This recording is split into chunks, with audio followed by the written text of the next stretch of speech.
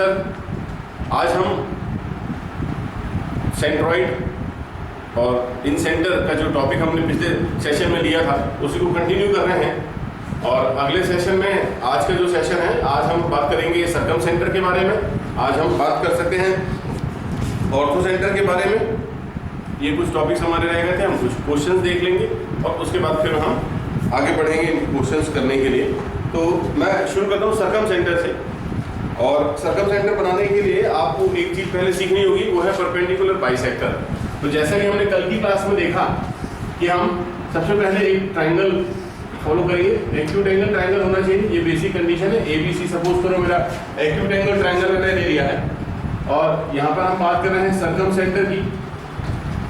Circum centre हम निकालना चाह रहे हैं। हमें ये पता लगाना होता है कि सर्कम सेंटर आखिर बनता कैसे है, ये हमारे ट्राइंगल में सर्कम सेंटर कैसे बनेगा। तो मैंने अभी आपको बताया कि सर्कम सेंटर हमें मिलेगा परपेंडिकुलर बाइसेक्टर की हेल्प से। तो परपेंडिकुलर बाइसेक्टर किसका? साइड्स का। तो हम अपनी साइड्स, ये जो साइड्स हैं, इसको हम परपेंडिकुलरली बाइसेक्ट करेंगे, दो बराबर भागों में काट करेंगे, एज वेल एज हम उसे 90 डिग्री के रूल में भी फॉलो कराएंगे। उसका बड़ा सिंपल सा तरीका है गाइस, आप बचपन में सीखते थे, शायद 6th क्लास होती थी जहाँ पर आपको पहली बार परपेंडिकुलर बाइसेक्ट करना सिखाया गया होगा। उसकी जरूरत है हमें यहाँ पर। हम क्या करेंगे, अपना राउंडर लेंगे, इस पॉइंट पे रखेंगे और मोर देन हाफ लेंथ लेने के बाद एक कट यहाँ और एक कट यहाँ लगा देंगे। With the help of same length आप यहाँ रखें राउंडर को और एक बार यहाँ और यहाँ कट लगा दें। अब आप क्या करें, इन दोनों पॉइंट्स को इस तरह से कुछ तो भी ज्वाइन करा लीजिए। और सेम प्रोसेस आप इस वाली साइड के लिए भी कर लें। यहाँ रखने के बाद में एक आर्क यहाँ, एक आर्क यहाँ, एक के ऊपर में रखें, एक आर्क यहाँ, एक आर्क यहाँ, फिर इन दोनों को ज्वाइन करा लें and the third will be same. तो आपको यहाँ पर एक पॉइंट कॉमन मिल जाता है। ये मेथड से बनाया हुआ, ऐसे ऐसे आपको करना होगा, ठीक है ना। प्रॉपर वे में आप बनाएंगे तभी आपको ये सही डायरेक्शन में मिलेगा, अदरवाइज नहीं मिलेगा। तो गाइस ये जो पॉइंट हमें मिल रहा है ना, ये जो कॉमन पॉइंट मिल रहा है तीनों पे, आप देखिए परपेंडिकुलर बाइसेक्टर पे, ये कहलाता है सर्कम सेंटर। और मैंने आपसे पहले भी कहा है कि ये सिर्फ एक एक्यूट एंगल ट्रायंगल में मैं बात कर रहा हूँ, अदरवाइज बाकी सारे। एक काम और कर सकते हैं हम इसी में एडिशनली, कि अगर हम एक सर्कल ड्रॉ करना चाहें, इसको आइडेंटिकल मान के, तो सर्कल कुछ इस तरह से बनेगा और इसके वर्टाइसेस से पास होगा। तो मैंने यहाँ पे क्या किया हुआ है, एक्यूट एंगल ट्रायंगल के साथ मैंने बना दिया। अब बतौर प्रैक्टिस के लिए आपने करना है, दो आपके जो ट्रायंगल होते हैं, पहला ट्रायंगल होता है राइट एंगल ट्रायंगल और इसके बाद एक और बचेगा, वो होगा ऑब्ट्यूज एंगल ट्रायंगल। आप कोशिश कीजिएगा, खुद प्रैक्टिस कीजिएगा घर पे करने के लिए, तो आप ज़्यादा बेहतर फील करेंगे। और जो कि हम पहले से जानते हैं कि जो हमारे कोऑर्डिनेट्स बनने वाले हैं, x1 y1 है ए के, B के लिए हम लेंगे x2 y2 और C के लिए हम लेंगे x3 y3। तो गाइस मैं बता दूं कि ये जो पॉइंट हमारा है, सपोज करो इसका नाम हम दे देते हैं I। तो इसका जो पॉइंट ऑफ कोऑर्डिनेट हमें निकालना है, वो पॉइंट ऑफ कोऑर्डिनेट बड़ा सिंपल सा आपको मिल जाता है। वो याद करने में भी बहुत आसान है। यहाँ पर लिखा है x1 sin 2a plus x2 sin 2b plus x3 sin 2c। इसके डिनोमिनेटर में आप sin 2a plus sin 2b plus sin 2c, ये किसके लिए निकल के आ गया हमारे ये x एक्सिस के लिए निकल गया। इन द सेम मैनर अगर हमें y के लिए याद रखना हो तो हम याद रख सकते हैं y1 sin 2a plus y2 sin 2b plus y3 sin 2c। और इसके डिनोमिनेटर में हम लेने वाले हैं sin 2a फिर से plus sin 2b plus sin 2c। तो गाइस ये x के कोऑर्डिनेट हो गए, ये y के कोऑर्डिनेट हो गए। किस केस में? सर्कम सेंटर के केस में। तो सर्कम सेंटर कैसे बनता है? सर्कम सेंटर हमें मिलता है परपेंडिकुलर बाइसेक्टर ऑफ साइड से, और परपेंडिकुलर बाइसेक्टर हम ऐसे बना लेते हैं जहां इंटरसेक्ट हो रही है वहां सर्कम सेंटर मिलता है। सर्कम सेंटर की कंडीशन ये होती है कि अगर सर्कम सेंटर की वर्टाइसेस से लेंथ एज अ आर्क लेके, अब रेडियस लेके अगर हम मान के चलें और एक सर्कल बनाएं, तो कंपल्सरी वो सर्कल हमारा तीनों के तीनों वर्टाइसेस से पास होना ही होना है। इसका क्या मतलब है गाइस, अगर मैं एक क्वेश्चन के तौर पे आपसे बात करूं कि ये मैंने एक सर्कल पहले से बना देना है, ये एक ट्रायंगल मैं बना रहा हूं जहां पर ये मेरी डायमीटर है, AB is my diameter and then I am drawing this. So as we all come to know, हमने 10th में एक थ्योरम पढ़ा था जहां पर हमें पता चलता है कि angle subtended bye an arc at the centre वाला जो थ्योरम था, उसी में आप पढ़ते थे angle is diameter is 90 degree.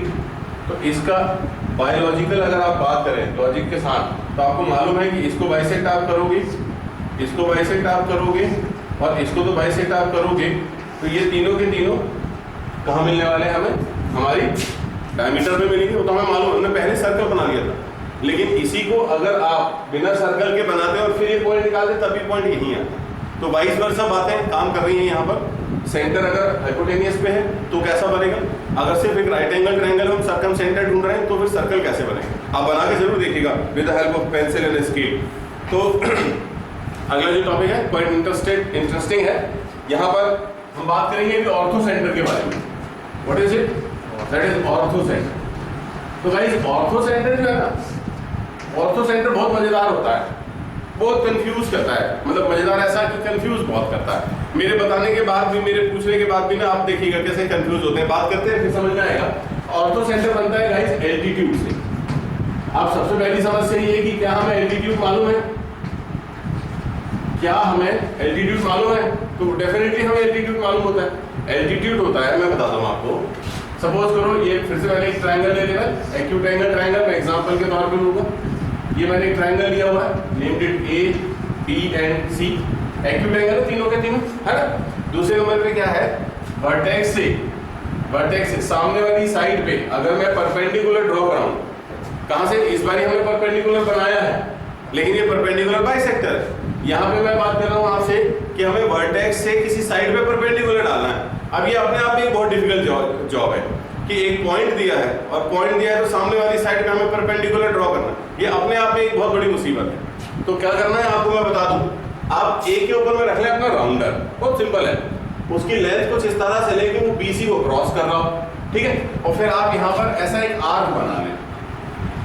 कहां से बनाया ये आर्क, हमने ए पे अपने राउंडर को रखा और बीसी पे ऐसा आर्क बना लिया।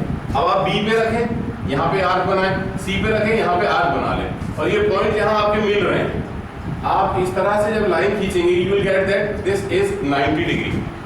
ये जो एंगल है ये आपको 90 डिग्री मिल जाएगा। तो यही एकमात्र तरीका है, ध्यान रखिएगा। इसके अलावा कोई और तरीका है नहीं, there is no other shortcut.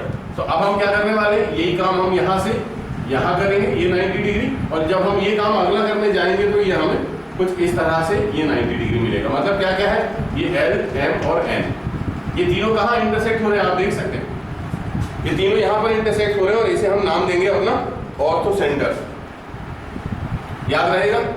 Ortho centre के कोऑर्डिनेट्स में आपको बता देता हूँ आज, तो भी बहुत सिंपल है। ये भी पहला वाला x1 tan A plus x2 tan B plus x3 tan C, और इसके डिनोमिनेटर में हम लिख लेने वाले हैं tan A plus tan B plus tan C।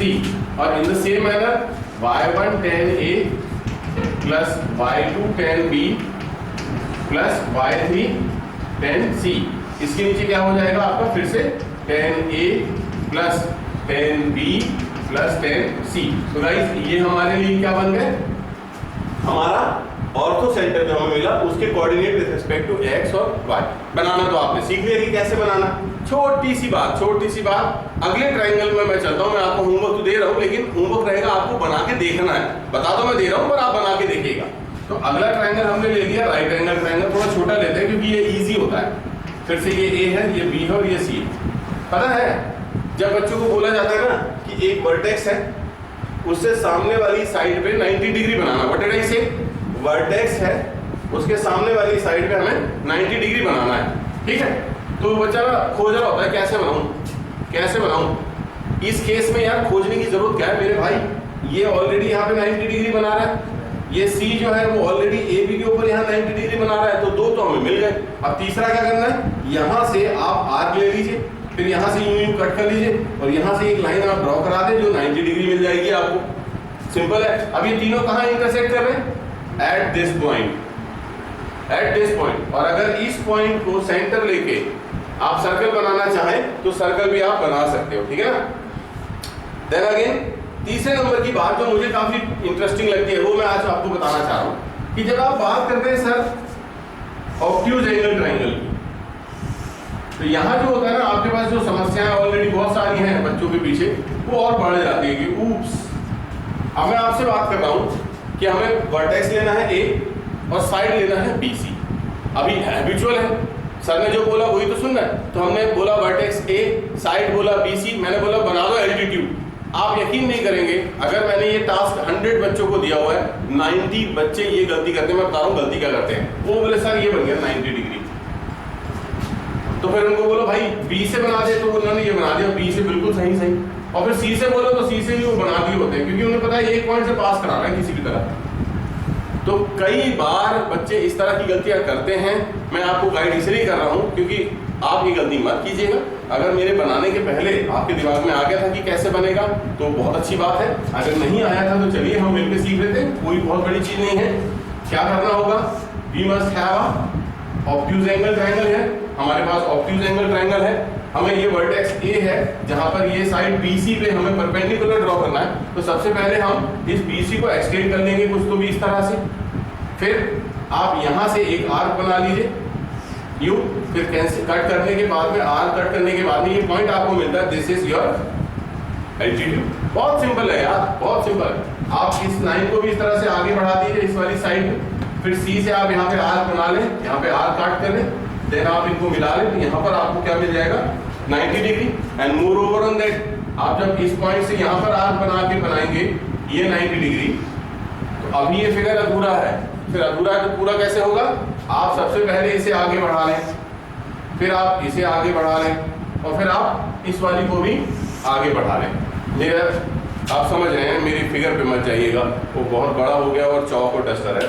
आपको मालूम होना चाहिए कि आगे जाके इन तीनों को एक ही पॉइंट पे मिलना है।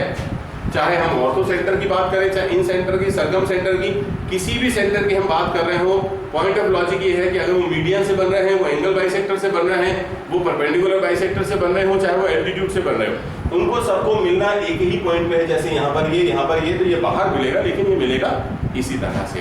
तो गाइस ये कॉन्सेप्ट था हमारे ऑर्थो सेंटर के लिए, जो थोड़ा सा बनाने में मुश्किल पैदा करता है। मुझे उम्मीद है कि अब आपको ये मुश्किलें नहीं होंगी गाइस। और बेहतर समझने के लिए ना, और अच्छा प्रॉब्लम ये है, मैंने जो देखा हमने समझ गए, बिल्कुल बहुत अच्छे से समझ गए सर कि ये सरकम सेंटर क्या होता है, इन सेंटर क्या होता है, और सेंट्रोइड क्या होता है, और हमने ये भी देख लिया सर कि ये किस तरह से ड्रॉ करे जाते हैं डिफरेंट ट्रायंगल्स में, हमने ये सब देख लिया सर। ठीक है, अब क्वेश्चन करके देख लेते हैं, कुछ क्वेश्चन डील कर लेते हैं। तो जब क्वेश्चन पूछे जाते हैं ना, तो ये प्रॉब्लम ना पता नहीं क्यों पड़ सकती है। अभी आप देखिएगा कैसे क्वेश्चन आते हैं। तो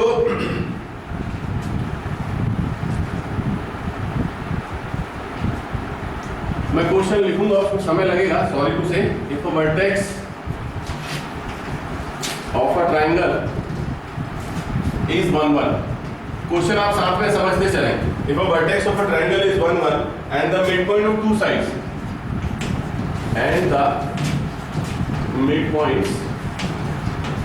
two sides passing through it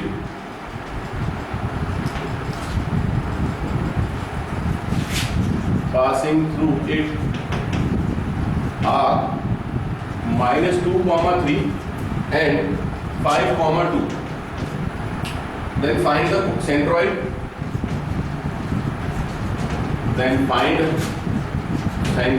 एक चीज, एंड दूसरे नंबर पे हमें निकालना इन सेंटर। अब गाइस सबसे पहली बात तो प्रॉब्लम हुई शुरू, मैंने जो आपसे डिस्कस करी कि क्वेश्चन समझना है हमें, बट प्रॉब्लम है। तो सबसे पहली बात इसने कहा कि if a vertex of a triangle is 1 1, ठीक है, हम एक छोटा सा यहाँ ट्रायंगल ले लेते हैं, ऑड होना चाहिए, ABC, हम 1 के कोऑर्डिनेट, A के कोऑर्डिनेट है 1 1, इससे the mid point of two sides passing through it, मतलब A से पास होने वाली जो दो साइड है वो एक ये है और एक ये है, इन दोनों के मिड पॉइंट उसने दे रखे हैं। अगर यहाँ P है, यहाँ Q है, यहाँ R है, तो Q के कोऑर्डिनेट हम ले लेते हैं दैट इज -2 3 मिड पॉइंट के हिसाब से, और इसको हम ले लेते हैं 5 2 मिड पॉइंट के हिसाब से। फिर पूछा इसने find the centroid in centre. तो सबसे बड़ी प्रॉब्लम ये है कि पहले तो उसने वर्टेक्स के कोऑर्डिनेट हमको नहीं दे रखे हैं। दूसरे नंबर की प्रॉब्लम है हमें डायरेक्टली पूछा सेंट्रोइड और इन सेंटर निकालने। तो सेंट्रोइड पता भी तो होना चाहिए। अगर आपको सेंट्रोइड के कोऑर्डिनेट मालूम होंगे तो आप बहुत आसानी से फॉर्मूला निकाल लोगे, और नहीं पता है तो फिर हुकअप हो जाओगे, आप हैंगअप हो जाओगे। तो गाइस मैं आपको बाहर निकालता हूँ, रुकिए। सबसे पहले आप एक काम करें, सेंट्रोइड के कोऑर्डिनेट लिख लें। तो सेंट्रोइड के बड़े सिंपल होते हैं। सेंट्रोइड के लिए कोऑर्डिनेट क्या होते हैं, बार बार प्रैक्टिस करेंगे तो आ जाएंगे। सेंट्रोइड के लिए बनते हैं x1 + x2 + x3 upon 3 and then y1 plus y2 plus y3 upon 3। ये बहुत सिंपल है। दूसरा इन सेंटर के लिए जो कोऑर्डिनेट होते हैं वो क्या निकल के आते हैं गाइस, वो भी बहुत सिंपल थे। That was ax1 plus b y1 plus c bx2, मैं हमेशा यही करता हूँ, एंड cx3 अपॉन में a plus b plus c, comma यहाँ पर हम लिख देते हैं a y1 plus b y2 plus c y3 upon a plus b plus c। तो हमने काय के लिख दिए, सेंट्रोइड के और इन सेंटर के कोऑर्डिनेट लिख दिए। अब हमें जरूरत किस चीज की है, हमें तीनों वर्टेक्स के ट्रायंगल कोऑर्डिनेट चाहिए। आप देख सकते हैं x1 y1 x3 y1 y2 y3। तो यहाँ पर क्या होने वाला है, हम इसको सपोज करते हैं x2 y2 और इसको लेते हैं x3 y3। तो जैसा कि हमको मालूम है कि Q is the mid point of AC, यहाँ पे देखिए मैं लिख रहा हूँ Q is the mid point of AC। तो क्या हो जाता है, हम मालूम है 1 plus x3 upon 2 is equal to -2। Got it? Mid point formula होता था x1 plus x2 upon 2 y1 plus y2 upon 2, उसका यूज मैं कर रहा हूँ। डायरेक्टली x3 अगर हम निकालें, मैं यहीं पे निकाल देता हूँ x3, तो ये यहाँ ट्रांसफर हो गया -4, यहाँ होकर ट्रांसफर -5। Very good. अभी y के लिए निकालें तो क्या हो जाएगा, 1 plus y3 upon 2 is equal to 3। यहीं पे हम y3 निकाल देते हैं, y3 इज इक्वल टू 3 2 जा 6 -1 हो गया 5। तो x3 y3 हमारा क्या निकल के आया, -5, 5। Very good. देन हम फिर से बात करते हैं, r is the mid point of what is it, AB। तो AB का मिड पॉइंट हमारे पास में है, तो हम यहाँ पे फॉर्मूला फिर से लगाएंगे, क्या होगा, x2 plus 1 upon 2 is equal to 5। तो x2 की value 9, then y2 plus 1 upon 2 is equal to 2, then y2 की वैल्यू कितनी आ गई, 3। तो मुझे यहाँ पर लिख देना है क्या क्या है ये, 9, 3। अब हमारे पास क्या हुआ, तीनों वर्टेक्स के कोऑर्डिनेट्स आ गए। तो हमारे पास अगली चीज क्या है, सेंट्रोइड निकल जाएगी आसानी से। तो सेंट्रोइड के कोऑर्डिनेट आप निकाल लीजिए। चलिए सेंट्रोइड कैसे निकालोगे आप, बहुत सिंपल है सर, तीनों को ऐड करना है हमें। कैसे, x1 plus x2 plus x3, what is it, 1 plus 9 minus 5 upon 3, what is it, 5 upon 3, and then comma, इसी के साथ y के निकाल लेते हैं। क्या हो रहा है, 1 प्लस 3 प्लस 5, 1 प्लस y के लिए 1 प्लस 3 प्लस 5 अपॉन 3, तो 9/3 मीन्स 3। तो ये आपके कोऑर्डिनेट निकल के आ गए सेंट्रोइड के लिए। अब जब हम बात करेंगे इन सेंटर के लिए, तो इन सेंटर में आप यहाँ देखिए x1 x2 x3 y1 y2 y3, ये तो मालूम है, लेकिन ये क्या लिखा हुआ है, a, और a का मतलब क्या था, हमारी साइड की लेंथ। तो हमारा साइड, हमारे पास 3 साइड है, इसके नेम हम करेंगे a, इसकी नेमिंग हम करने वाले हैं b, और इसकी नेमिंग हम करने वाले हैं c स्मॉल के साथ में। तो अगर मैं लेंथ ऑफ BC निकाल दूं, मीन्स मुझे a की वैल्यू मिल जा रही है, तो मैं यहाँ पे लिख देता हूँ। चलिए a is equal to BC, means root लगाना पड़ेगा मुझे। फॉर्मूला क्या होता है, x2 माइनस x1, माने कितना हुआ, 9 प्लस 5 होल स्क्वायर यहाँ पर, then 3 minus 5 whole square plus 3 minus 5 whole square, what is it, 40 square plus -2 square will be plus 2 square. 40 square कितना होता है, 196, तो 196 plus 4 is equal to root 200। अभी रूट में रहने तो बाद में देख लेंगे अपन, एक बार में निकालेंगे। b की वैल्यू निकालने के लिए हमें क्या करना है, डिस्टेंस बिटवीन AC निकालना है, b is equal to AC। चलिए ये क्या बन रहा है, 1 प्लस 5 और 1 माइनस 5, रूट के अंदर में 1 plus 5 whole square plus 1 minus 5 whole square means 1 5 6, यहाँ पर हो गया 6 square plus 4 square, that is 36 plus 16, how much is it, root 52, that's good. Then next one is C, the length of C will be considered as the length of AB। तो हम यहाँ C की जो value लिखेंगे that will be AB। अब जब हम इनके बीच में डिस्टेंस फॉर्मूला अप्लाई कर रहे होंगे यहाँ पर, तो क्या बनेगा, 1 minus 9 and 1 minus 3, 1 minus 9 whole square plus 1 minus 3 whole square, that is 8 square plus 2 square, this is 8 8 जा 64 प्लस 4, दैट इज रूट 68। तो गाइस या तो आप रूट के साथ इन वैल्यूज को अच्छे से लिख लीजिए, या अगर आपको लग रहा है और छोटी कर सकते हैं तो कर लीजिए। चले ये कितना बन गया आपका, 10 रूट 2, ये कितना होता है 2 रूट 13, ये कितना हो रहा है 4 रूट नहीं 2 रूट 17 क्या इट इज। तो ये आपने वैल्यूज निकाल लेनी है। अब आपको कहाँ अप्लाई करना है, इस फॉर्मूले में। फॉर्मूला आपको मालूम है ना, चलिए मैं एक निकाल देता हूँ x के लिए, दैट इज a की वैल्यू आएगी x1 के साथ, x1 वाज 1, तो 1 into 10 root 2 plus 9 into 2 root 3 plus -5 into 2 root 17 upon, यहाँ पे हम क्या लिखेंगे 10 root 2 plus 2 root 3 13 sorry plus 2 root 17। इस तरह से आप सॉल्व करके x और y के कोऑर्डिनेट निकालते हैं। ये कोऑर्डिनेट होते हैं आपके, ये वाले कहा कि हम निकाल रहे थे इन सेंटर के लिए। तो गाइस सारी की सारी चीजें उन्हीं बेसिक चीजों पे घूमती हैं, पर जब मैं बात करता हूँ incentre, circumcentre, orthocentre, जब कभी भी मैं इनको लेके वरी होता हूँ तो सिर्फ इसलिए होता हूँ क्योंकि कहीं हम इनके कोऑर्डिनेट भूल न जाए। अगर कोऑर्डिनेट हम मिस कर गए, कैसे निकलते हैं कोऑर्डिनेट, कि कौन सा एल्टीट्यूड से निकलता है, कौन सा मीडियन से निकलता है, अगर इसमें हम कंफ्यूज हो गए तो भी हम गड़बड़ कर बैठते हैं। तो गाइस अगर कॉम्पिटिटिव लेवल पे इसमें मास्टरी आपको करनी है तो सबसे आसान तरीका मैं आपको बताऊं, बीइंग अ टीचर मैंने भी वही करना है, हमेशा हम यही करते हैं। तो आप एक पेज ले लें और उस पेज में इस तरह से एक चार्ट बना लें। आप चार्ट मतलब एक तरफ आप लिखें, यहाँ पर नेमिंग कर लें। आप सपोज कर लीजिए आप चार्ट बना रहे, यहाँ पे 1 2 3 4 यहाँ नेमिंग कर लें, incentre, orthocentre, circumcentre, ये सब आप नेमिंग कर लें। देन इसके सामने आप लिखें काय से बनते हैं, ठीक है ना, काय से बनी है आपने लिख लेना इसके सामने। मतलब जैसे मैंने बोला इन सेंटर, तो इन सेंटर काय से बना हमारे मीडियन से, तो यहाँ मीडियन लिखें और उसके सामने उसके कोऑर्डिनेट लिख लें, ठीक है। फिर हमने देखा ऑर्थो सेंटर कहाँ से बना है, तो एल्टीट्यूड से, तो आप यहाँ सामने लिखें एल्टीट्यूड और उसके सामने लिख लें उसके कोऑर्डिनेट, इसे एक पेज में लिख लें। और गाइस कम से कम दिन में जब कभी भी आप जेब में हाथ डालते हैं या मोबाइल के साथ उसे चिपका लें आप, क्योंकि मोबाइल बहुत छूते हैं ना बच्चे, तो मोबाइल में जितनी बार भी आप हाथ लगाओगे आपको महसूस होगा कि यार ये देयर इज अ पेज, और वो पेज आप उतनी बार ओपन करके देख सकते हैं जितनी बार आप मोबाइल ओपन करके देखते हैं। तो उतनी ही बार में आपको वो 1-2 दिन में याद हो जाएगा डेफिनेटली, फिर आप कभी नहीं भूलेंगे। तो गाइस ये बहुत आपके इंटरेस्टिंग सेशन है और बस यही रिक्वेस्ट मेरी आपसे रहेगी कि इस पे बेस्ड कोर्सेज जरूर करिएगा। कई बार आईआईटी लेवल पे, एनडीए लेवल पे और जितने भी कॉम्पिटिटिव नेशनल लेवल के एग्जाम्स हैं इस टॉपिक पे बेस्ड क्वेश्चन बनते ही बनते हैं। तो guys best of luck for this concept, thank you very much.